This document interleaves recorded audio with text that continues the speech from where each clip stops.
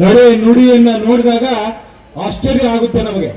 ಇವತ್ತು ಕಳೆದ 2 ದಿನಗಳ ಹಿಂದೆ ಒಂದು ತಾಲೂಕ್ ಪಂಚಾಯಿತಿ ಸಭಾಂಗಣದಲ್ಲಿ ಈ ಭಾಗದಲ್ಲಿ ಇರ್ತಕ್ಕಂಥ ಶಾಸಕರು, ನಮ್ಮ ಜಿಲ್ಲಾ ಉಸ್ತುವಾರಿ ಸಚಿವರಾದಂತ ಡಾಕ್ಟರ್ MC ಸುಧಾಕರ್ ಅವರು ಒಂದು ಹೇಳಿಕೆಯನ್ನ ನಾನು ಗಮನಿಸಿದೆ.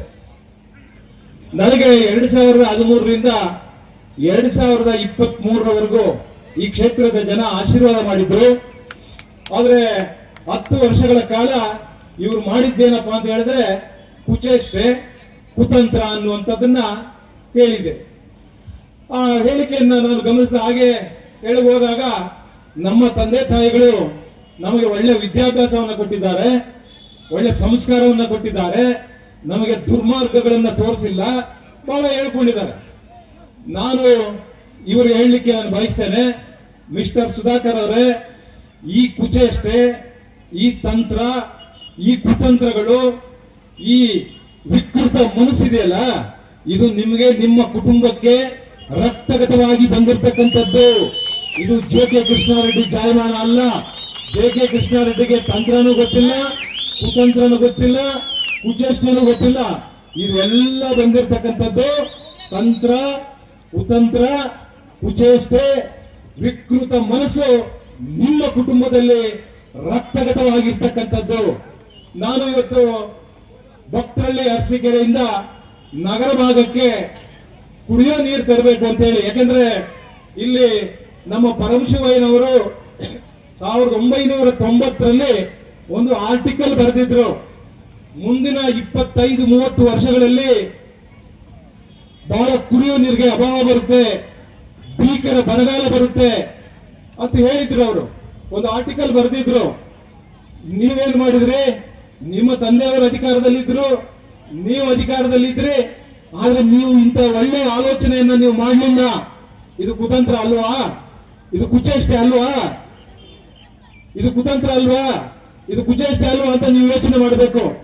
ಆದ್ರೆ ನಾನು ಆವತ್ತಿನ ಸಂದರ್ಭದಲ್ಲಿ 2013ರಲ್ಲಿ ನನಗೆ ಈ ಕ್ಷೇತ್ರದ ಜನ ಆಶೀರ್ವಾದ ಮಾಡಿದಾಗ, ನಗರ ಭಾಗದಲ್ಲಿ 1 ಲಕ್ಷ ಜನ ಇದ್ದಾರೆ, ಇವರಿಗೆ ಕುಡಿಯೋ ನೀರು ತಲುಪಿಸಬೇಕು ಅಂತ ಹೇಳಿ ಭಕ್ತಹಳ್ಳಿ ಅರಸೀಕೆರೆಯಿಂದ ನಗರ ಭಾಗಕ್ಕೆ ನೀರು ತರುವಂತ ಪ್ರಯತ್ನ ನಾವು ಮಾಡಿದ್ರೆ, ನೀವೇನ್ ಮಾಡಿದ್ರೆ, ಆ ಭಾಗದಲ್ಲಿ ಇರ್ತಕ್ಕಂಥ ಮುಖಂಡರನ್ನ ಎಬ್ಬಿಸಿ ಹೈಕೋರ್ಟ್ ಕಳಿಸಿದ್ರಿ.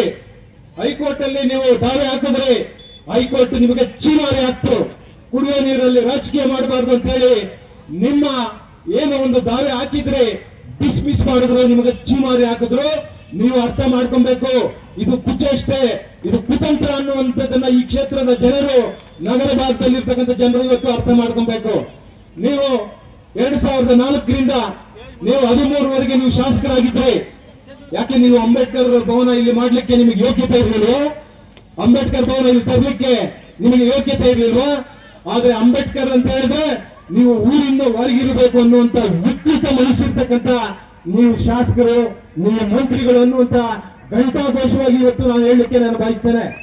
ಇವತ್ತು ನಿಮ್ಗೆ ಯೋಗ್ಯತೆ ಇರಲಿಲ್ಲ.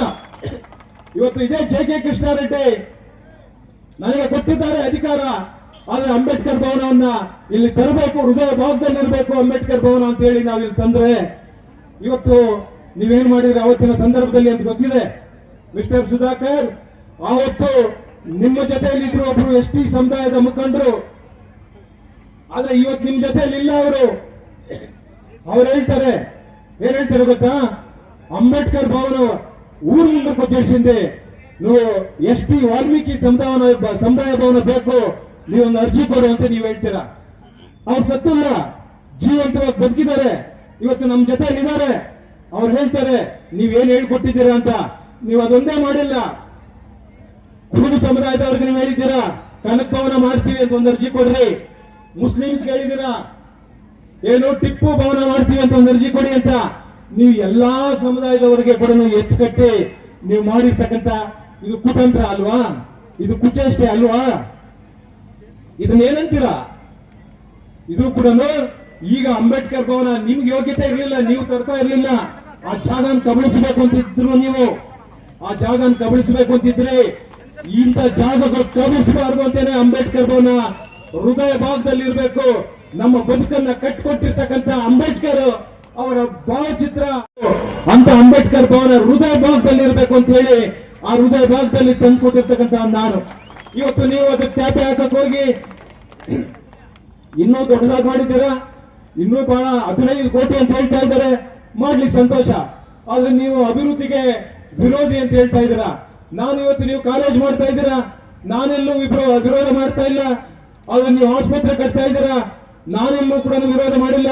ಆದ್ರೆ ಮುಂದೆ ಬರ್ತೀನಿ, ಸುಧಾಕರ್ ಅವರು ಏನು ಮಾಡಿದ್ರು ಕೂಡ ನೀವು ಸ್ವಾರ್ಥಿ ಅನ್ನುವಂಥದ್ದನ್ನ ಎಳೆಯಾಗಿ 100 ಉದಾಹರಣೆಗಳನ್ನ ಕೊಡ್ತೇನೆ ನಾನು. ಒಂದಲ್ಲ ಎರಡಲ್ಲ 100 ಉದಾಹರಣೆಗಳನ್ನ ನಾನು ಕೊಡ್ತೇನೆ. ಅಂತ ಸ್ವಾರ್ಥಿ ನೀವು, ಅಂತ ಸ್ವಾರ್ಥಿ ನೀವು. ಇವತ್ತು ನೀವು ದೊಡ್ಡದಾಗಿ ಮಾಡಿ, ನಮ್ಗೇನ್ ತೊಂದರೆ ಇಲ್ಲ. ಬಹುಶಃ ನಾನು ಅಂದ್ಕೊಂಡಿದ್ದೆ, ನಾವು ಕಟ್ಟತಕ್ಕಂತ ಅಂಬೇಡ್ಕರ್ ಭವನ ಈ ಕ್ಷೇತ್ರದಲ್ಲಿ ಯಾರೇ ಅದನ್ನ ಕಾರ್ಯಕ್ರಮಗಳು ಮಾಡ್ಲಿಕ್ಕೆ ತಗೊಂಡ್ರೆ ಸುಮಾರು 15ರಿಂದ 20 ಸಾವಿರ ಒಳಗಡೆ ನಿಗದಿ ಮಾಡಬೇಕು. ಯಾಕಂದ್ರೆ ಸಣ್ಣ ಪುಟ್ಟ ಖರ್ಚುಗಳಿರ್ತವೆ, ಕ್ಲೀನ್ ಮಾಡೋದು, ಇನ್ನೊಂದು ಮತ್ತೊಂದು. ಹಾಗಾಗಿ ಇವತ್ತು ನೀವು ಮಾಡ್ತಾ ಇರ್ತಕ್ಕಂಥ ಅಂಬೇಡ್ಕರ್ ಭವನ ಇವತ್ತು 15 ಕೋಟಿ ಮಾಡ್ತೀನಿ ಅಂತ ಹೇಳ್ತಾ ಇದ್ದೀರಲ್ಲ, ಬಹುಶಃ ನೀವು ಅದೆಷ್ಟು ಲಕ್ಷ ಚಾರ್ಜ್ ಮಾಡ್ತೀರೋ ನನಗಂತೂ ಡೌಟ್ ಇದೆ. ಆದ್ರೆ ಕಾದ್ ನೋಡ್ತೀವಿ, ಏನ್ ಮಾಡ್ಬೇಕು, ಏನ್ ಮಾಡ್ತಾರೆ ಅನ್ನುವಂಥದ್ದನ್ನ ನಾವು ಕಾದ್ ನೋಡ್ತೀವಿ. ನೀವು ಕುತಂತ್ರಿಗಳು, ನೀವು ಸ್ವಾರ್ಥಿಗಳು, ನೀವು ಕುಚೇಷ್ಟೆ ಮಾಡ್ತಕ್ಕಂಥದ್ದು ನಿಮ್ಮ ರಕ್ತದಲ್ಲಿ ಬಂದಿರತಕ್ಕಂಥದ್ದು. ನೀವು ನಮ್ಮ ತಂದೆ ತಾಯಿಗಳು ನಮಗೆ ಒಳ್ಳೆ ವಿದ್ಯಾಭ್ಯಾಸವನ್ನ ಕೊಟ್ಬಿಟ್ಟಿದ್ದಾರೆ, ಒಳ್ಳೆ ಸಂಸ್ಕಾರವನ್ನ ಕೊಟ್ಬಿಟ್ಟಿದ್ದಾರೆ, ಬದುಕೋ ಮಾರ್ಗಗಳನ್ನ ತೋರಿಸ್ಕೊಟ್ಟಿದ್ದಾರೆ. ನೀವು ಹುಲ್ಲು ಬನ್ನಿ ಖರಾಬನ್ನ 42 ಜನ ಟೀಚರ್ಸ್ಗೆ ನೀವು ಮಾರಾಟ ಮಾಡಿದ್ದೀರಲ್ಲ, ಇದನ್ನ ನಿಮ್ಮ ತಂದೆ ತಾಯಿಗಳು ಕುತಂತ್ರ ಇಲ್ಲ, ಒಳ್ಳೆ ಮಾರ್ಗದರ್ಶನ, ಒಳ್ಳೆ ಸಂಸ್ಕಾರ, ಒಳ್ಳೆ ವಿದ್ಯಾಭ್ಯಾಸವನ್ನ ಕೊಟ್ಟಿರ್ತಕ್ಕಂಥ ಇದೇನಾ? ಇವತ್ತು 25 ವರ್ಷಗಳಾಗಿದೆ ಅವರಿಗೆ ಸೇಲ್ ಡೀಡ್ ಮಾಡಿ, ನೀವು ಸೇಲ್ ಡೀಡ್ ಕ್ರಯಪತ್ರ ಮಾಡಿ 25 ವರ್ಷಗಳಾಗಿದೆ. ಇವತ್ತುವರೆಗೂ ಕೂಡ ನೀವು ನಿಮ್ಮ ಹಣ ವಾಪಸ್ ತಗೊಳ್ಳಿ, ಏನೋ ತೊಂದರೆ ಆಗಿದೆ ಅಥವಾ ನಾವೆಲ್ಲೋ ಬಡಾವಣೆ ಮಾಡ್ತಾ ಇದ್ದೀವಿ, ನಿಮ್ಮ ನಿವೇಶನ ತಗೊಳ್ಳಿ ಅಂತ ನಿಮ್ಗೆ ಕನಿಷ್ಠ ಸೌಜನ್ಯ ನಿಮಗೆ ಇಲ್ವಲ್ಲ? ಇದನ್ನ ಏನನ್ಬೇಕು ನಾವು? ಇದು ಕುತಂತ್ರ ಅಲ್ವಾ? ಕುಚೇಷ್ಟೆ ಅಲ್ವಾ? ಇದು ಕುಚೇಷ್ಟೆ ಅಲ್ವಾ? 100 ಸಾರಿ ನಿಮ್ಮ ಆತ್ಮ ವಿಮರ್ಶೆ ಮಾಡ್ಕೊಳ್ಳಿ. ಇವತ್ತು ನೀವು ಸರ್ಕಾರಿ ತೋಟದಲ್ಲಿ ಶಾಲಾ ಕಾಲೇಜ್ ನಡೆಸ್ತಾ ಇದ್ದೀರಾ, ನೀವೇನಾದ್ರೂ ಖರೀದಿ ಮಾಡಿದ್ರಾ? ನಿಮ್ ತಂದೆ ಖರೀದಿ ಮಾಡಿದ್ರಾ? ನೀವು ಖರೀದಿ ಮಾಡಿದ್ರಾ? ಇಲ್ವಲ್ಲ. ಸರ್ಕಾರಿ ತೋಪಲ್ಲಿ ಯಾರಿಗೋ 30 ವರ್ಷಕ್ಕೆ ಲೀಸ್ ಆದ್ರೆ ನೀವು ಆ ಲೀಸ್ ಹತ್ರ 99 ವರ್ಷಕ್ಕೆ ಲೀಸ್ ಮಾಡ್ಕೊಂತೀರಾ. ಆದ್ರೆ ಇದು ಕಾನೂನಲ್ಲಿ ಇದೆಯಾ? ಆದ್ರೆ ಇವತ್ತು ಅಧಿಕಾರಿಗಳು ಕೂಡ ನಿಮಗೆ ಗುಲಾಮರಾಗಿ ಇವತ್ತು ಕೆಲಸ ಮಾಡ್ತಾ ಇದ್ದಾರೆ. ಇವತ್ತು ತಹಸೀಲ್ದಾರ್ ಇರ್ಬೋದು, ಎಸಿ ಇರ್ಬೋದು, ಡಿಸಿ ಇರ್ಬೋದು, ಗುಲಾಮರಾಗಿ ಕೆಲಸ ಮಾಡ್ತಾ ಇದ್ದಾರೆ. ನಾನು ಇವತ್ತು ಈ ಎಲ್ಲ ಅಧಿಕಾರಿಗಳಿಗೂ ಕೂಡ ಹೇಳಲಿಕ್ಕೆ ಬಯಸ್ತೇನೆ, ಸಾರ್ವಜನಿಕರ ಹಣದಿಂದ ನಿಮಗೆ ಸಂಬಳ ಕೊಡ್ತಾ ಇರ್ತಕ್ಕಂಥದ್ದು, ನೀವು ಗುಲಾಮರಾಗಿ ಕೆಲಸ ಮಾಡಬಾರ್ದು ಅನ್ನುವಂತ ಒತ್ತಾಯ ಮಾಡ್ತೇನೆ. ನೀವು ಎಲ್ಲ ವಿಚಾರಗಳಲ್ಲಿ ಕೂಡ ಮಂತ್ರಿಗಳು ಹೇಳಿದ್ರು ನೀವೇನೇನು ಮಾಡ್ತಾ ಇದ್ದೀರಾ ಅನ್ನುವಂಥದ್ದನ್ನು ಎಳೆಯಾಗಿ ಬಿಚ್ಚಿಡ್ತೇನೆ. ನಿಮ್ಮ ತಾಯಿ ಹೆಸರಲ್ಲಿ ನೀವು ಇವತ್ತೇನು ಮನೆ ಇದ್ದೀರಾ, ಆ ಮನೆಯಲ್ಲಿ, ಆ ಮನೆ ಆವರಣದಲ್ಲಿ ನೀವು ಜಾಗವನ್ನ, ಸರ್ಕಾರಿ ಜಾಗವನ್ನ ಜಿಲ್ಲಾ ಪಂಚಾಯಿತಿಯಲ್ಲಿ ನಿಮ್ಮ ತಾಯಿ ಹೆಸರಲ್ಲಿ ಬಾಡಿಗೆ ತಗೊಂಡಿದ್ದೀರಾ. ಮಾನ ಮರ್ಯಾದೆ ಇಲ್ಲದೆ ಇರ್ತಕ್ಕಂಥವ್ರು ನೀವು. ಮಾನ ಮರ್ಯಾದೆ ಇದೆಯಾ ನಿಮಗೆ? ಇದು ಕುಚೇಷ್ಟೆ ಅನ್ನಲ್ವಾ? ಇದು ಕುತಂತ್ರ ಅನ್ನಲ್ವಾ? ನನ್ನ ಬಗ್ಗೆ ಮಾತನಾಡುವಂತ ನೈತಿಕತೆನೂ ಇಲ್ಲ. ಈ ಸಂದರ್ಭದಲ್ಲಿ ನಾನು ಹೇಳಲಿಕ್ಕೆ ನಾನು ಬಯಸ್ತೇನೆ, ನೀವು ಯಾರನ್ನು ಬಿಡ್ತೀರಾ? ಯಾರನ್ನು ಬಿಡೋದಿಲ್ಲ. ಈ ಕ್ಷೇತ್ರದಲ್ಲಿ ಶಾಲಾ ಮಕ್ಕಳಿಗೆ ಅಂತೇಳಿ ರಿಸರ್ವ್ ಮಾಡಿರ್ತಕ್ಕಂಥ ಜಾಗದಲ್ಲಿ, ಶಾಲಾ ಮಕ್ಕಳಿಗೆ ರಿಸರ್ವ್ ಮಾಡಿರ್ತಕ್ಕಂಥ ಜಾಗದಲ್ಲಿ ನೀವು ಇವತ್ತು ಕೂಡ ಒಂದ್ ಕಡೆ ಬಿಇಒ ಆಫೀಸ್ ಇದೆ, ಇನ್ನೊಂದ್ ಕಡೆ ಪ್ರೌಢಶಾಲೆ ಇದೆ. ಆದ್ರೆ ಮಧ್ಯದಲ್ಲಿ ನೀವು ಏನ್ ಮಾಡಿದ್ದೀರಾ? ಒಂದು ಸಣ್ಣ ಗುಡಿಯನ್ನ ಕಟ್ಟಿ, ಇವತ್ತು ವಾಣಿಜ್ಯ ಮಳಿಗೆಗಳನ್ನ ಕಟ್ಟಿ ನೀವು ಊಟ ಮಾಡ್ತಾ ಇದ್ದೀರಾ. ನೀವು ಬೆಳಗ್ಗೆ, ಮಧ್ಯಾಹ್ನ, ರಾತ್ರಿ ಊಟ ಮಾಡ್ತಾ ಇರ್ತಕ್ಕಂಥದ್ದು ಪಾಪದ ಹಣ, ಪಾಪದ ಹಣ. ಇದು ಕುತಂತ್ರ ಅಲ್ವಾ? ಇದು ಕುಚೇಷ್ಟೆ ಅಲ್ವಾ? ಇದು ನಿಮ್ಮ ಸ್ವಾರ್ಥ ಅಲ್ವಾ? ಈ ಕ್ಷೇತ್ರದ ಜನರಿಗೆ ಏನ್ ಮಾಡಿದ್ದೀರಾ ನೀವು? ನೀವು ಅಭಿವೃದ್ಧಿಯ ನೆಪದಲ್ಲಿ ಎಷ್ಟು ಅಭಿವೃದ್ಧಿ ಮಾಡ್ತೀರಾ? ನಿಮ್ಮ ಕುಟುಂಬಕ್ಕೆ ಅಷ್ಟು ಅಭಿವೃದ್ಧಿ ಆಗ್ಬೇಕು. ನಿಮ್ಮ ಕುಟುಂಬಕ್ಕೆ ಅಷ್ಟು ಸಾರ್ವಜನಿಕರ ಆಸ್ತಿಗಳು ಬೇಕು, ಸರ್ಕಾರಿ ಆಸ್ತಿಗಳು ಬೇಕು. ನಿಮ್ಮನ್ನು ಹೇಳೋರು ಕೇಳೋದಿಲ್ವಾ? ಇದಕ್ಕೆ ತಕ್ಕಂಗೆ ಇವತ್ತು ಅಧಿಕಾರಿಗಳು ಕೂಡ ಇದೇ ರೀತಿ ಆಗಿದ್ದಾರೆ. ಇವತ್ತು ನಾನು ಡಿಸಿಗೆ ಹೇಳಲಿಕ್ಕೆ ಬಯಸ್ತೇನೆ, ಈ ಜಿಲ್ಲಾಧಿಕಾರಿಗಳಿಗೆ, ನಿಮ್ಮ ಬೇಳೆ ಚಿಕ್ಕಬಳ್ಳಾಪುರದಲ್ಲಿ ಇರಬಹುದು, ಗೋರಿಬಿದ್ದೂರಲ್ಲಿ ಇರಬಹುದು, ಬಾಗೇಪಲ್ಲಿಯಲ್ಲಿ ಇರ್ಬೋದು, ಶಿಡ್ಲಘಟ್ಟದಲ್ಲಿ ಇರ್ಬೋದು. ಆದ್ರೆ ಡಿ ಸಿ ಅವರೇ, ನಿಮ್ಮ ಬೇರೆ ಚಿಂತಾಮಣಿಯಲ್ಲಿ ಬೇಡದಿಲ್ಲ. ಇವ್ರ ಹತ್ರ, ಇಂಥ ಕುತಂತ್ರಿಗಳ ಹತ್ರ, ಇಂಥ ಸ್ವಾರ್ಥಿಗಳ ಹತ್ರ, ಇಂಥ ಕುಚೇಷ್ಟೆ ಮಾಡೋರ ಹತ್ರ ಡಿ ಸಿ ಅವರೇ ನಿಮ್ಮ ಬೇಳೆ ಇಲ್ಲಿ ಬೇಯೋದಿಲ್ಲ. ನಾನು ಯಾಕಂದ್ರೆ ಇತ್ತೀಚೆಗೆ ನಿಮ್ಮ ಸ್ಟೇಟ್ಮೆಂಟ್ ಗಳನ್ನ ನೋಡಿದ್ದೇನೆ. ಬಹಳ ಗಡುಸಾಗಿ, ಬಹಳ ನೇರವಾಗಿ, ಬಹಳ ದಿಟ್ಟವಾಗಿ, ಬಹಳ ಪ್ರಾಮಾಣಿಕವಾಗಿ. ನಿಮ್ಮ ಪ್ರಾಮಾಣಿಕತೆ, ನಿಮ್ಮ ದಿಟ್ಟ ನೇರ ನುಡಿ ಡಿ ಸಿ ಅವರೇ ಇಲ್ಲಿ ನಡೆಯೋದಿಲ್ಲ. ಚಿಂತಾಮಣಿಯಲ್ಲಿ ನಿಮಗೆ ತಾಕತ್ತಿದ್ರೆ ಇವರು ಮಾಡಿರ್ತಕ್ಕಂಥ ಅಕ್ರಮ ಆಸ್ತಿಗಳನ್ನ ಒಂದೊಂದು ಕೂಡ ನೀವು ವಾಪಸ್ ತಗೊಂಡ್ರೆ ನೀವು ನಿಜವಾಗ್ಲೂ ಜಿಲ್ಲಾಧಿಕಾರಿಗಳು ಅನ್ನುವಂಥದ್ದನ್ನ ನಾನು ಮೆಚ್ಚುತ್ತೇನೆ, ನಾನು ಹೇಳ್ತೇನೆ. ಇಲ್ಲ ಅಂದ್ರೆ ನೀವು ಕೂಡ ಅದೇ ಸಾಲಿನಲ್ಲಿ ಹಿಂದೆ ಇರ್ತಕ್ಕಂಥ ಡಿ ಸಿಗಳೆಲ್ಲ ಕೂಡ ಕೇವಲ ಮಾತುಗಳೆಲ್ಲ ಅನ್ಸ್ಕೊಂಡು ಹೋಗಿದ್ದಾರೆ. ಆ ಸಾಲಿಗೆ ನೀವು ಕೂಡ ಹೋಗ್ತೀರಾ. ಯಾಕಂದ್ರೆ ಕಾನೂನು ಅಂತ ಹೇಳಿದ್ರೆ ಬಡವರಿಗೊಂದು, ಬಲಾಢ್ರಿಗೊಂದು ಕಾನೂನಿಲ್ಲ. ಬಾಬಾ ಸಾಹೇಬ್ ಅಂಬೇಡ್ಕರ್ ಕೊಟ್ಟಿರ್ತಕ್ಕಂಥದ್ದು ಎಲ್ಲರಿಗೂ ಕೂಡ ಒಂದೇ ಕಾನೂನು. ಆ ಒಂದೇ ಕಾನೂನನ್ನ ನೀವು ಪಾಲನೆ ಮಾಡ್ತಾ ಇಲ್ಲ ಅನ್ನುವಂತ ಮಾತನ್ನ ಇವತ್ತು ನಾನು ಕೇಳಕ್ಕೆ ಬಯಸ್ತೇನೆ. ಇವತ್ತು ನೀವು ಶಾಲಾ ಮಕ್ಕಳಿಗೆ ರಿಸರ್ವ್ ಆಗಿರ್ತಕ್ಕಂಥದ್ದನ್ನ ವಾಣಿಜ್ಯ ಮಳಿಗೆಗಳನ್ನ ಕಟ್ಟಿ ನೀವು ತಿಂತಾ ಇದ್ದೀರಾ. ಆದ್ರೆ ನೀವು ಸಮುದಾಯದಲ್ಲಿ ಇರ್ತಕ್ಕಂಥ ಯಾರೋ ಒಬ್ಬ ದಾನ ಮಾಡಿರ್ತಕ್ಕಂಥದ್ದು ಒಕ್ಕಲಿಗರ ಕಲ್ಯಾಣ, ಒಕ್ಕಲಿಗರ ಮಕ್ಕಳಿಗೆ ಸಮುದಾಯಕ್ಕೆ ಬೇಕು ಅಂತ ಹೇಳಿ ಕೊಟ್ಟಿರ್ತಕ್ಕಂಥದ್ದನ್ನ ನೀವು ಒಕ್ಕಲಿಗರ ಹಾಸ್ಟೆಲ್ ಅನ್ನ ಊರಿಂದ ಹೊರಗಡೆ ಹಾಕಿ ನೀವೇನ್ ಮಾಡಿದ್ದೀರಾ, ನಿಮ್ಮ ತಾತನ ಆಂಜನೇಯ ರೆಡ್ಡಿ ಹೆಸರಿಟ್ಟು ನೀವು ಕಲ್ಯಾಣ ಮಂಟಪವನ್ನು ಕಟ್ಟು ಜೀವನ ಮಾಡ್ತಾ ಇದ್ದೀರಾ. ಇವತ್ತು ನೀವು ಜೀವನ ಮಾಡ್ತಾ ಇದ್ದೀರಾ. ಇದು ಕುತಂತ್ರ ಅಲ್ವಾ? ಇದು ಸ್ವಾರ್ಥ ಅಲ್ವಾ? ಇದು ಕುಚೇಷ್ಟೆ ಅಲ್ವಾ? ನಿಮ್ಮಂತ ಕುತಂತ್ರಗಳಿಂದ, ನಿಮ್ಮಿಂದ ಕುಚೇಷ್ಟೆ ಮಾಡ್ತಕ್ಕಂಥವರಿಂದ, ನಿಮ್ಮಂತ ಸ್ವಾರ್ಥಿಗಳಿಂದ ನಾನು ಬುದ್ಧಿ ಕಲಿಬೇಕಾಗಿಲ್ಲ. ನಮ್ಮ ತಂದೆ ತಾಯಿಗಳು ನಿಜವಾಗಿ ನನಗೆ ಸಂಸ್ಕಾರವನ್ನು ಕಲಿಸಿಕೊಟ್ಟಿದ್ದಾರೆ.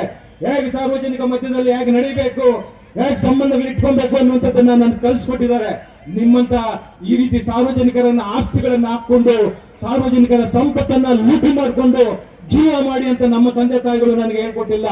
ನಿಮ್ದೆಷ್ಟು ಎಂತ ವಿಕೃತ ಮನಸ್ಸು ಅನ್ನುವಂಥದ್ದು ಗೊತ್ತಿದೆ. ಇವತ್ತು ನನ್ನ ಒಂದು ಜೆ.ಕೆ. ಭವನ ನಾವು ಒಂದು ಕಚೇರಿಯನ್ನಾಗಿ ಮಾಡ್ಕೊಂಡಿದ್ದೀವಿ. ನೀವು ಅಲ್ಲಿ ಇಷ್ಟು ಮೀಟರ್ ಬಿಟ್ಟಿಲ್ಲ ಅಂತ ಹೇಳಿ ನೀವು ನ್ಯಾಯಾಲಯದಲ್ಲಿ ದಾವೆ ಹಾಕಿದ್ದೀರಾ. ನಾನು ಯಾವತ್ತೂ ಕೂಡ ನನ್ನ ಮೇಲೆ ಕೇಸ್ ಹಾಕ್ಬಿಟ್ಟಿದ್ದಾರೆ ಅಂತ ನಾನು ಎಲ್ಲೂ ಕೂಡ ಹೇಳ್ಕೊಂಡಿಲ್ಲ. ನೀವು ಅದರ ಹಿಂಭಾಗ ಕೆರೆ ಅಂಗಳದಲ್ಲಿ ಸುಮಾರು 35 ಮರಗಳು, ಜಮ್ಮುನೆರಳೆ ಇಂತಹ ಮರಗಳು ಹಾಕಿದ್ವಿ, ಫಾರೆಸ್ಟ್ನವರೇ ಹಾಕಿದ್ದು. ಆದ್ರೆ ಆ ಜಮ್ಮುನೆರಳೆ ಬಿಟ್ಟು ಪಕ್ಷಿಗಳಿಗೆ ಆಗ್ತಾ ಇತ್ತು. ನಿಮ್ಗೆ ವಿಕೃತ ಮನಸ್ಸು ಏನಾಯ್ತು ಅಂತ ಹೇಳಿದ್ರೆ 35 ಮರಗಳನ್ನ ಇವತ್ತು ನೀವು ನಾಶ ಮಾಡಿದ್ರಿ. ನಿಮ್ಮ ಅಧಿಕಾರಿಗಳನ್ನ ಕಳಿಸಿ ಬುಡ ಸಮೇತ ನೀವು ನಾಶ ಮಾಡುವುದೇ. ಅರಣ್ಯ ಸಂಪತ್ತು ಇವತ್ತು ನೀವು ಕಾಲೇಜ್ ಕಟ್ತಾ ಇರ್ತಕ್ಕಂಥ ಇರ್ಬಹುದು, ನೀವು ಗುಹಾಂತರ ದೇವಾಲಯ ಮಾಡ್ತಿರ್ತಕ್ಕಂಥ ಇರ್ಬಹುದು. ಇವತ್ತು ಅರಣ್ಯದ ಒಂದು ಸಂಪತ್ತನ್ನ, ನೈಸರ್ಗಿಕ ಸಂಪತ್ತವನ್ನ ನಾಶ ಮಾಡಿ ಇವತ್ತು ನೀವು ಮಾಡ್ತಾ ಇರ್ತಕ್ಕಂಥ ನೀವು ಕುತಂತ್ರಿಗಳು, ಸ್ವಾರ್ಥಿಗಳು. ಇವತ್ತು ನನ್ನ ಮೇಲೆ ನೀವು ಕುತಂತ್ರಿಗಳು, ಸ್ವಾರ್ಥಿಗಳು ಅಂತ ಹೇಳ್ತೀರಾ. ಇವತ್ತು ನಿಮ್ಮಿಂದ ನಾನು ಕಲಿಬೇಕಾಗಿಲ್ಲ. ನಿಮ್ಮಂತ ಕುತಂತ್ರಿಗಳಿಂದ, ನಿಮ್ಮಂತ ಕುಚೇಷ್ಟೆ ಮಾಡ್ತಕ್ಕಂಥವರಿಂದ, ನಿಮ್ಮಂತ ಸ್ವಾರ್ಥಿಗಳಿಂದ ಇವತ್ತು ನಾನೇನು ಕೂಡ ಕಲಿಬೇಕಾಗಿಲ್ಲ.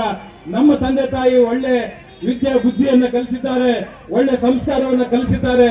ನಿಮ್ಮಂತ ಕುತಂತ್ರಿಗಳಿಂದ, ನಿಮ್ಮಂತ ಷಂಡರಿಂದ ನಾನೇನು ಕಲಿಬೇಕಾಗಿಲ್ಲ ಅನ್ನುವಂಥದ್ದನ್ನ ಇವತ್ತು ನಿಮ್ಮೆಲ್ಲರ ಸಮಕ್ಷಮದಲ್ಲಿ ಇವತ್ತು ನಾನು ಹೇಳಲಿಕ್ಕೆ ನಾನು ಬಯಸ್ತೇನೆ.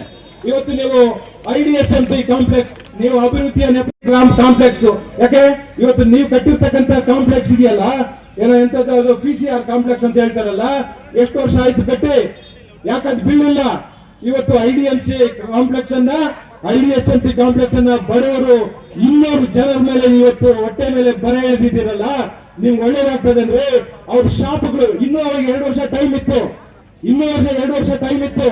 ಆದ್ರೆ ಇಂಥ ಕುತಂತ್ರಿಗಳನ್ನ ಇವತ್ತು ನಿಮ್ಮ ಮನೆ, ನಿಮ್ಮ ಆಂಜನೇಯ ರೆಡ್ಡಿ ಅವರು, ನಿಮ್ಮ ತಾತ ಅವರು ಕಟ್ಟಿರ್ತಕ್ಕಂಥ ಮನೆ ಎಷ್ಟು ವರ್ಷ ಆಗಿದೆ, ಯಾಕೆ ಬಿದ್ದಿಲ್ಲ ಅದು?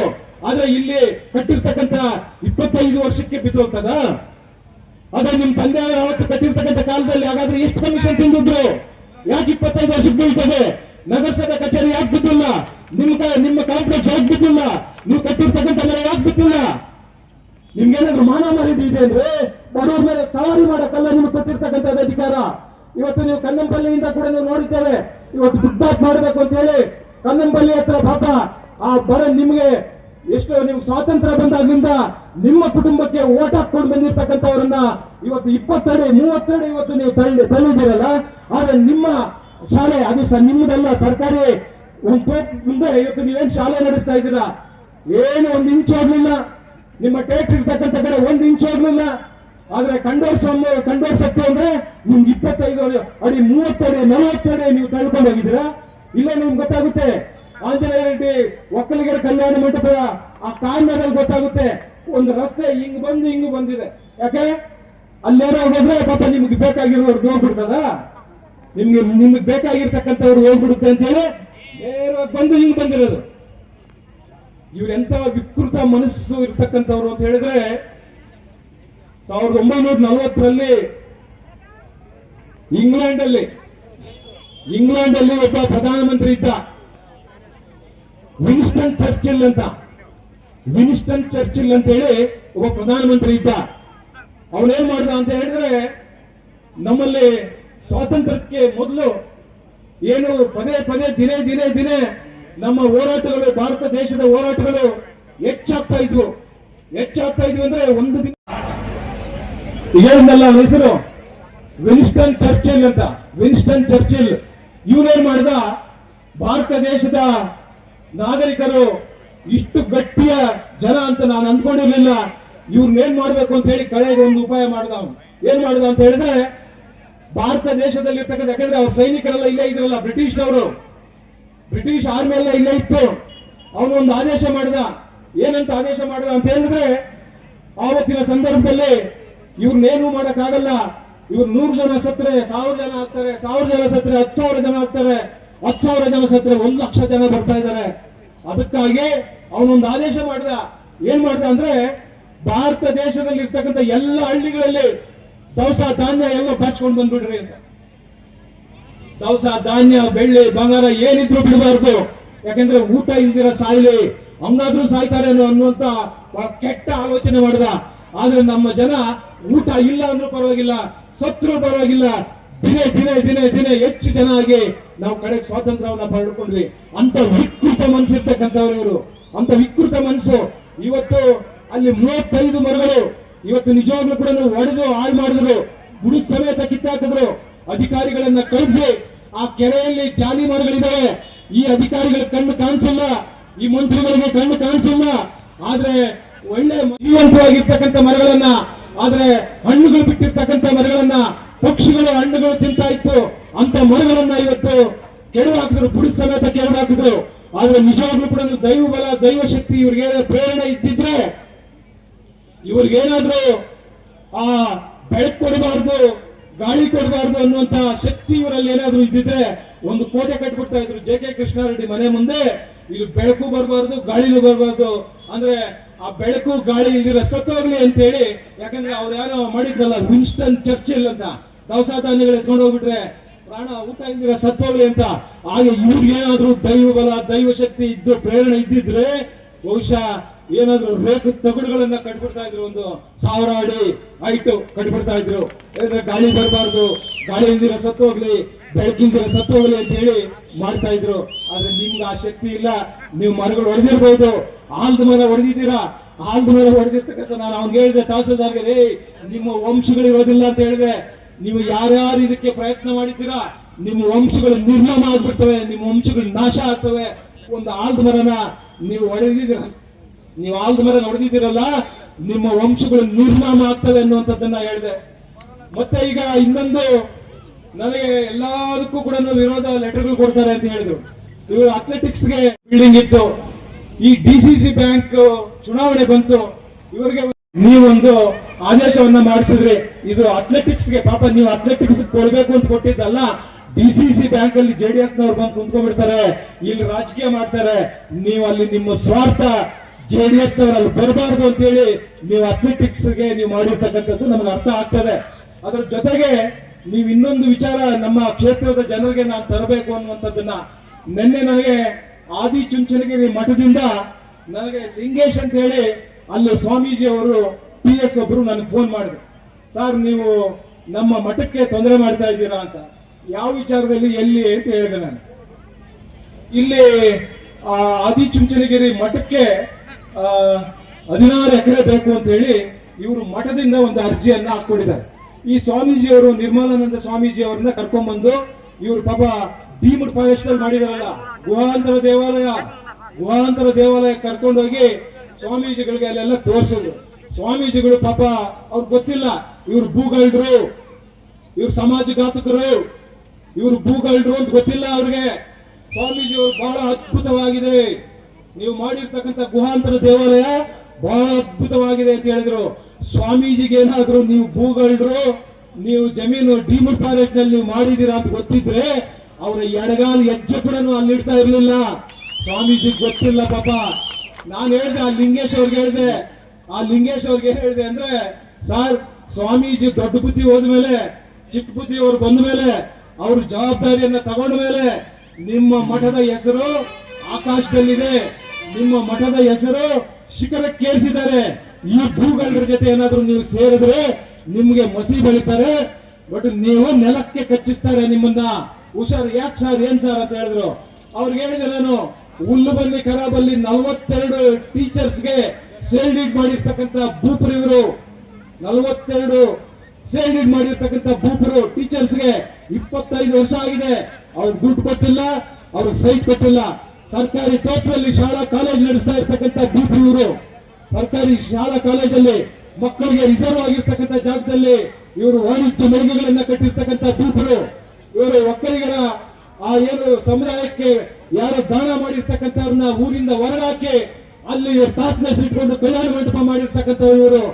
ಮನೆ ಇರ್ತಕ್ಕಂಥ, ವಾಸ ಮಾಡ್ತಕ್ಕಂಥ ಮನೆ ಇರ್ತಕ್ಕಂಥದ್ದು ಭೀಕರದಲ್ಲಿ ಇರ್ತಕ್ಕಂಥ ಮನೆ ಇರ್ತಕ್ಕಂಥದ್ದನ್ನ ಅನ್ನುವಂಥದ್ದನ್ನ ಎಲ್ಲ ವಿಚಾರಗಳು ಕೂಡ ಅವ್ರ ಗಮನಕ್ಕೆ ತಂದಾಗ, ನೀವು ಬುದ್ಧಿಯವರ ಹತ್ರ ಒಂದ್ಸಾರಿ ಮಾತಾಡ್ಬೇಡಿ ಸರ್ ಅಂದ್ರು. ಆಯ್ತು, ನಾನು ಬುದ್ಧಿಯವರ ಹತ್ರ ಒಂದ್ಸಾರಿ ಟೈಮ್ ತಗೊಂತೀನಿ, ನಾನು ಅಲ್ಲಿ ಬರ್ತೀನಿ, ನಾನು ಮಾತಾಡ್ತೀನಿ ಅಂತ ಹೇಳಿದ್ರೆ, ನಿಮ್ಮ ಮೇಲೆ ಇರ್ತಕ್ಕಂಥ ಭೂಗಳ್ಳರ ಪಟ್ಟ ಇದೆಯಲ್ಲ, ಯಾರಿಂದಲೂ ತಪ್ಪಿಸ್ಲಿಕ್ಕೆ ಸಾಧ್ಯ ಇಲ್ಲ, ಅದು ಕಳ್ಚಲಿಕ್ಕೆ ಸಾಧ್ಯ ಇಲ್ಲ. ಇನ್ನು ಮುಂದಿನ ಶತಮಾನಗಳಲ್ಲಿ ಕೂಡ ಭೂಗಳ್ಳರ ಪಟ್ಟ ಅನ್ನುವಂಥದ್ದು ನಿಮ್ಮ ಹಣೆಪಟ್ಟಿಯಲ್ಲಿದೆ. ಇದನ್ನ ತಪ್ಪಿಸಿಕೊಂಡು ಆಚೆ ಬರ್ಲಿಕ್ಕೆ ಸಾಧ್ಯವೇ ಇಲ್ಲ ಸುಧಾಕರ್ ಅನ್ನುವಂಥ ಮಾತನ್ನ ಇವತ್ತು ಈ ಸಂದರ್ಭದಲ್ಲಿ ನಾನು ಹೇಳಲಿಕ್ಕೆ ನಾನು ಬಯಸ್ತೇನೆ. ನಾನು ಯಾಕೆ ಅಂದ್ರೆ, ಆ ಮಠಕ್ಕೆ 16 ಎಕರೆ ಮಂಜೂರು ಮಾಡಬೇಕು ಅಂತ ಹೇಳಿ ನಾನು ಇವತ್ತು ಅಧಿಕಾರಿಗಳಿಗೆ, ತಹಸೀಲ್ದಾರ್ಗೆ, ಎಸಿಗೆ, ಡಿಸಿಗೆ ನಾನು ಇವತ್ತು ಕೇಳಲಿಕ್ಕೆ ಬಯಸ್ತೇನೆ. ಬಡವರಿಗೊಂದು ಕಾನೂನು, ಬಲಾಢ್ಯರಿಗೊಂದು ಕಾನೂನು. ನಾನು ಹಿಂದೆ ಈ ಕ್ಷೇತ್ರದಲ್ಲಿ 10 ವರ್ಷಗಳ ಶಾಸಕನಾಗಿರ್ತಕ್ಕಂಥ ಸಂದರ್ಭದಲ್ಲಿ ನಾನು ಕಾಂಗ್ರೆಸ್ ಅಂತ ನೋಡಿಲ್ಲ, ಬಿಜೆಪಿ ಅಂತ ನೋಡಿಲ್ಲ, ಜೆಡಿಎಸ್ ಅಂತ ನೋಡಿಲ್ಲ. ಪಕ್ಷಾತೀತವಾಗಿ ಯಾರೇ 50 ಫಾರಂ ನಂಬರ್ 50ರಲ್ಲಿ ಅರ್ಜಿ ಹಾಕೊಂಡಿದ್ರೆ ಮಂಜೂರು ಮಾಡಿದ್ದೀನಿ, 53ರಲ್ಲಿ ಅರ್ಜಿ ಹಾಕೊಂಡಿದ್ರೆ ಮಂಜೂರು ಮಾಡಿದ್ದೀನಿ, 57ರಲ್ಲಿ ಇನ್ನೂ ನಾನು ಮುಂದೆ ಬಂದಿರಲಿಲ್ಲ. ಆದ್ರೆ ಅವತ್ತಿನ ಸಂದರ್ಭದಲ್ಲಿ ಈ ಅಧಿಕಾರಿಗಳು, ತಹಸೀಲ್ದಾರರು ಇವರೆಲ್ಲ ಏನ್ ಮಾಡ್ತಾ ಇದ್ರು ಅಂತ ಹೇಳಿದ್ರೆ, ಆ ರೈತರ ಹತ್ರ ದುಡ್ಡು ಕೇಳ್ತಾ ಇದ್ರು. ಆ ರೈತರು ದುಡ್ಡು ಕೊಟ್ಟಿಲ್ಲ ಅಂದ್ರೆ ನನ್ನ ಮುಂದೆ ಆ ರಿಪೋರ್ಟ್ ಒಂದು ಬರ್ಕೊಂಡ್ ಬಂದ್ಬಿಡ್ತಾ ಇದ್ರು. ಸರ್ 8 ಕಿಲೋಮೀಟರ್ ಇದೆ ಸರ್, ಇದು ಮಂಜೂರು ಮಾಡಕ್ ಬರೋದಿಲ್ಲ ಸರ್ ಅಂತ ಹೇಳ್ತಾ ಇದ್ರು. ಯಾವುದು 8 ಕಿಲೋಮೀಟರ್ ಇದೆ, ಮಂಜೂರು ಮಾಡಕ್ ಬರೋದಿಲ್ಲ ಅಂತ. ನಾನು ಇವತ್ತು ಈ ಅಧಿಕಾರಿಗಳು ಕೇಳಲಿಕ್ಕೆ ಬರೆಸ್ತೇನೆ, ಈ ತಹಸೀಲ್ದಾರ್ಗೆ, ಈ ಮೂರ್ಖರಿಗೆ, ಈ ಮುಟ್ಟಾಳರಿಗೆ, ಎಸಿಗೆ, ಡಿಸಿಗೆ, ಇಂಥ ಷಂಡ್ರು ನಮ್ಮ ಜಿಲ್ಲೆಯಲ್ಲಿ ಸೇರ್ಕೊಂಡು ಇವತ್ತು ಹಾಳು ಮಾಡ್ತಾ ಇದ್ದಾರೆ. ನೀವು, ನಾನು ಕೇಳಿದೆ ಮೊನ್ನೆ ಪ್ರಾದೇಶಿಕ ಆಯುಕ್ತರ ಹತ್ರ ಹೋಗಿದ್ದೆ. ನಾನು ಪ್ರಾದೇಶಿಕ ಆಯುಕ್ತರ ಹತ್ರ ಹೋಗಿ ನಾನು ಒಂದು ಲೆಟರ್ ಅನ್ನ ಕೊಟ್ಟೆ, ಇದನ್ನ ನೀವು ತಡೆ ಹಾಕ್ಬೇಕು, ನಿಲ್ಲಿಸಬೇಕು ಅಂತ ಹೇಳಿ. ಯಾಕೆ ಅಂತ ಹೇಳಿದ್ರೆ, ನನಗೆ ಈಗ ರೈತರು ಯಾರಾದ್ರೂ ಇದ್ರೆ 8 ಕಿಲೋಮೀಟರ್ ಇದೆ, ಮಾಡಕ್ ಬರೋದಿಲ್ಲ ಅಂತ. ಮಂಜೂರು ಮಾಡೋದಕ್ಕೆ 1.5 ಕಿಲೋಮೀಟರ್ ಇದೆ. 1.5 ಕಿಲೋಮೀಟರ್ ಇದ್ರೆ ಹೆಂಗ್ ಮಾಡ್ತೀರಾ ನೀವು? ಆದ್ರೆ ನೀವೇನ್ ಗುಲಾಮರಾಗಿದ್ದೀರಾ ಮಂತ್ರಿಗಳಿಗೆ? ಸಾರ್ವಜನಿಕರ ಆಸ್ತಿ, ನಮ್ಮ ಹಣದಿಂದ ನಿಮಗೆ ಸಂಬಳ ಕೊಡ್ತಕ್ಕಂಥದ್ದು, ನಮ್ಮ ಹಣದಿಂದ ನೀವು ಸಂಬಳ ಕೊಡ್ತಕ್ಕಂಥದ್ದು, ಸಾರ್ವಜನಿಕರು ನಾವು ನೀವು ಕಟ್ಟತಕ್ಕಂಥ ತೆರಿಗೆಯಿಂದ ಇವತ್ತು ಎಸಿಗಾಗ್ಲಿ, ಡಿಸಿಗಾಗ್ಲಿ, ತಹಸೀಲ್ದಾರ್ಗಾಗ್ಲಿ ನಾವು ಕೊಡ್ತಕ್ಕಂಥ ಸಂಬಳ. ಮಿನಿಸ್ಟರ್ ನಿಮ್ಗೆ ಸಂಬಳ ಕೊಡ್ತಾ ಇಲ್ಲ. ನಿಮಗೆ ಮಾನ ಮರ್ಯಾದೆ ಇದ್ದಿದ್ರೆ ನೀವು 1.5 ಕಿಲೋಮೀಟರ್ ಮಂಜೂರು ಮಾಡ್ತಾ ಇದ್ದೆ ಅಂದ್ರೆ, ನಾನು ಅವರ ಪ್ರಾದೇಶಿಕ ಆಯುಕ್ತರಿಗೆ ಹೇಳಿದೆ, ನೀವೊಂದು ಸರ್ಕ್ಯುಲರ್ ಕೊಡಿ, ನಿಮ್ಮವರೆಗೂ ಯಾಕೆ ಬರಬೇಕು? ಇಲ್ಲೇ 1.5 ಕಿಲೋಮೀಟರ್ ಇದೆ, ಇದು ಮಾಡಕ್ ಬರೋದಿಲ್ಲ ಸರ್. ಮಿನಿಸ್ಟರ್ ಹೇಳಿದ್ರು. ಏನ್ ಮಿನಿಸ್ಟರ್? ಯಾರು ಮಿನಿಸ್ಟರ್ ಹತ್ರ ಅಂದ್ರೆ, ಕಾನೂನು ಅಂದ್ರೆ ಬಡವರಿಗೊಂದು, ಬಲಾಢ್ಯರಿಗೊಂದ.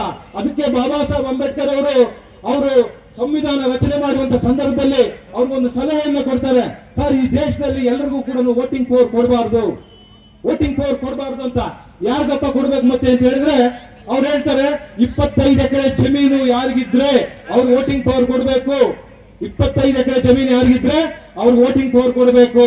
ಅಥವಾ ಡಬಲ್ ಡಿಗ್ರಿ ಗ್ರಾಜುಯೇಟ್ ಯಾರು ಮಾಡಿದ್ರೆ ಅವ್ರಿಗೆ ವೋಟಿಂಗ್ ಪವರ್ ಕೊಡಬೇಕು ಅಂತ ಹೇಳ್ತಾರೆ. ಬಾಬಾ ಸಾಹೇಬ್ ಅಂಬೇಡ್ಕರ್ ಏನಾದ್ರು ಒಪ್ಕೊಂಡ್ಬಿಟ್ಟಿದ್ರೆ ಆ ಸಲಹೆಗೆ, ಇಲ್ಲಿ ಇರ್ತಕ್ಕಂಥವ್ರಿಗೆ ಯಾರಿಗೂ ವೋಟಿಂಗ್ ಪವರ್ ಬರ್ತಾ ಇರ್ಲಿಲ್ಲ. ಯಾರ ಹತ್ರ ಇದೆಯಪ್ಪ 25 ಎಕರೆ? ಯಾರಿಗೂ ಬರ್ತಾ ಇರ್ಲಿಲ್ಲ. ಡಬಲ್ ಡಿಗ್ರಿ ಅಕಸ್ಮಾತ್ ನಮ್ಮ ಹರಿರಾಮ್ ಅವರು, ನಮ್ಮ ಸಮದ್ ಖಾನ್ ಅವರು, ಇವ್ರು ಯಾರು ಮಾಡಿರ್ಬೋದು, ಅವ್ರಿಗೆ ಬರ್ತಾ ಇತ್ತು. ಅಂದ್ರೆ ಇಂಥ ಬಲಾಢ್ಯರು. ಅದಕ್ಕೆ ಬಾಬಾ ಸಾಹೇಬ್ ಅಂಬೇಡ್ಕರ್ ಈ ದೇಶದಲ್ಲಿ 18 ವರ್ಷ ಯಾರಿಗಾಗಿದ್ರೆ ಅವ್ರಿಗೆ ವೋಟಿಂಗ್ ಪವರ್ ಕೊಡಬೇಕು. ವೋಟಿಂಗ್ ಪವರ್ ಅದು ಮನೆಯಲ್ಲಿ ಯಾಕೆ ಹಾಕ್ಬೇಕು ಅಂತ ಹೇಳಿದ್ರು. ಇಂಥ ಬಲಾಢ್ಯರಿಗೆ ಗೊತ್ತು, ಬೆದರಿಸ್ಬಿಡ್ತಾ ಇದ್ರು. ಅದಕ್ಕೆ ವೋಟಿಂಗ್ ಪವರ್ ಕೊಟ್ಟಿದ್ದು ನಮ್ಗೆ. ಒಂದು ಮೊರೆಯಲ್ಲಿ ಒಂದು ಕಾರ್ಬನ್ ಒಂದು ಕಾರ್ಡ್ ಅನ್ನ ಇಟ್ಟು ಅದರ ಮೊರೆಯಲ್ಲಿ ಹಾಕ್ಬೇಕು ಅಂತ. ಆದ್ರೆ ಚುನಾವಣೆ ಬಂದಂತ ಸಂದರ್ಭದಲ್ಲಿ ನಿಮ್ಗೆ ಯಾರು ಬೇಕು ಯಾರು ಬೇಡ, ನಿಮ್ಗೆ ಯಾರು ನಮಗೆ ಬಲಾಢ್ಯರನ್ನ ಓಡಿಸೋದಕ್ಕೆ ಕತ್ತಿಗಳು ಬೇಕಾಗಿಲ್ಲ, ಮಚ್ಚು ಬೇಕಾಗಿಲ್ಲ, ದೊಣ್ಣೆ ಬೇಕಾಗಿಲ್ಲ, ಹಣಬಲ ಬೇಕಾಗಿಲ್ಲ, ತೋಳ್ಬಲ ಬೇಕಾಗಿಲ್ಲ. ಆ ಮರೆಯಲ್ಲಿ ಹೋಗಿ ಒಂದು ಓಟ್ ಹಾಕಿದ್ರೆ ಹೋಗ್ಬೇಕು ವಾಪಸ್ ಮನೆಗೆ. ಎಲ್ಲಿ ಹೋಗ್ಬೇಕು? ಮನೆಗೆ ವಾಪಸ್ ಹೋಗ್ಬೇಕು. ಬಾಬಾ ಸಾಹೇಬ್ ಅಂಬೇಡ್ಕರ್ ಅದಕ್ಕೆ ಇಂಥ ಬಲಾಢ್ಯರು ಇರಬಾರ್ದು, ವಂಶ ಪಾರಂಪರ್ಯ ಆಡಳಿತಕ್ಕೆ ಕಡಿವಾಣ ಹಾಕ್ಬೇಕು ಅಂತ ಹೇಳಿ ನಮಗೆ ಕೊಟ್ಟಿರ್ತಕ್ಕಂಥ ಹಕ್ಕು. ಇಂಥ ಹಕ್ಕನ್ನು ನಮಗೆ ಕೊಟ್ಟಿರ್ತಕ್ಕಂಥದ್ದು. ಆದ್ರೆ ನಾವು ಆ ಚುನಾವಣೆ ಬಂದಂತ ಸಂದರ್ಭದಲ್ಲಿ ಪಾಪ ಇವರಿಗೆ 10 ವರ್ಷ ಸೋತಿದ್ರು, ಊರಲ್ಲಿ ಇರ್ಲಿಲ್ಲ, ಬೆಂಗಳೂರಲ್ಲಿ ಕುಂತ್ಕೊಂಡು ಕುಚೇಷ್ಟೆ ಕುತಂತ್ರಗಳು ಮಾಡಿದವರು ಇವರು. ನನಗೆ ಬುದ್ಧಿ ಹೇಳಕ್ ಬರ್ತಾರೆ, ಕುಚೇಷ್ಟೆ ಮಾಡ್ಬಿಟ್ರಿ, ನೀವು ಕುತಂತ್ರ ಮಾಡ್ಬಿಟ್ರಿ. ನಮ್ಮ ಜಾಯಮಾನದಲ್ಲಿಲ್ಲ. ನಾನು 10 ವರ್ಷ ಆಡಳಿತವನ್ನ ಮಾಡಿದ್ದೇನೆ. ಏನೇ ನಮ್ಮ ಕ್ಷೇತ್ರಕ್ಕೆ ಬಂದ್ರೆ ಕೂಡ ನನ್ನ ಕ್ಷೇತ್ರದ ಜನರಿಗೆ ಲಾಭ ಆಗಲಿ ಎನ್ನುವಂತ ಚಿಂತನೆ ಮಾಡತಕ್ಕಂತ ಜೆ.ಕೆ. ಕೃಷ್ಣಾರೆಡ್ಡಿ. ಇಂಥ ಕುತಂತ್ರ ಮಾಡತಕ್ಕಂಥದ್ದು ನಿಮ್ಮ ರಕ್ತಗತದಲ್ಲಿ ಬಂದಿರ್ತಕ್ಕಂಥದ್ದು, ನಿಮ್ಮ ಕುಟುಂಬದಲ್ಲಿ ಬಂದಿರ್ತಕ್ಕಂಥದ್ದು. ನಿಮ್ಮಿಂದ ನಾನು ಕಲಿಬೇಕಾಗಿಲ್ಲ. ಇವತ್ತು ನನ್ನಿಂದ ನನ್ನ ಬಗ್ಗೆ, ಜೆ.ಕೆ. ಕೃಷ್ಣಾರೆಡ್ಡಿ ಬಗ್ಗೆ ಒಂದು ಮಾತಾಡೋದಕ್ಕೂ ನಿಮಗೆ ನೈತಿಕತೆ ಇಲ್ಲ, ಒಂದು ಮಾತಾಡೋದಕ್ಕೆ ನಿಮಗೆ ಯೋಗ್ಯತೆ ಇಲ್ಲ ಅನ್ನುವಂತ ಮಾತನ್ನ ಈ ಸಂದರ್ಭದಲ್ಲಿ ಹೇಳಿ ಇನ್ನೂ ಹೆಚ್ಚು ಮಾತನಾಡುವ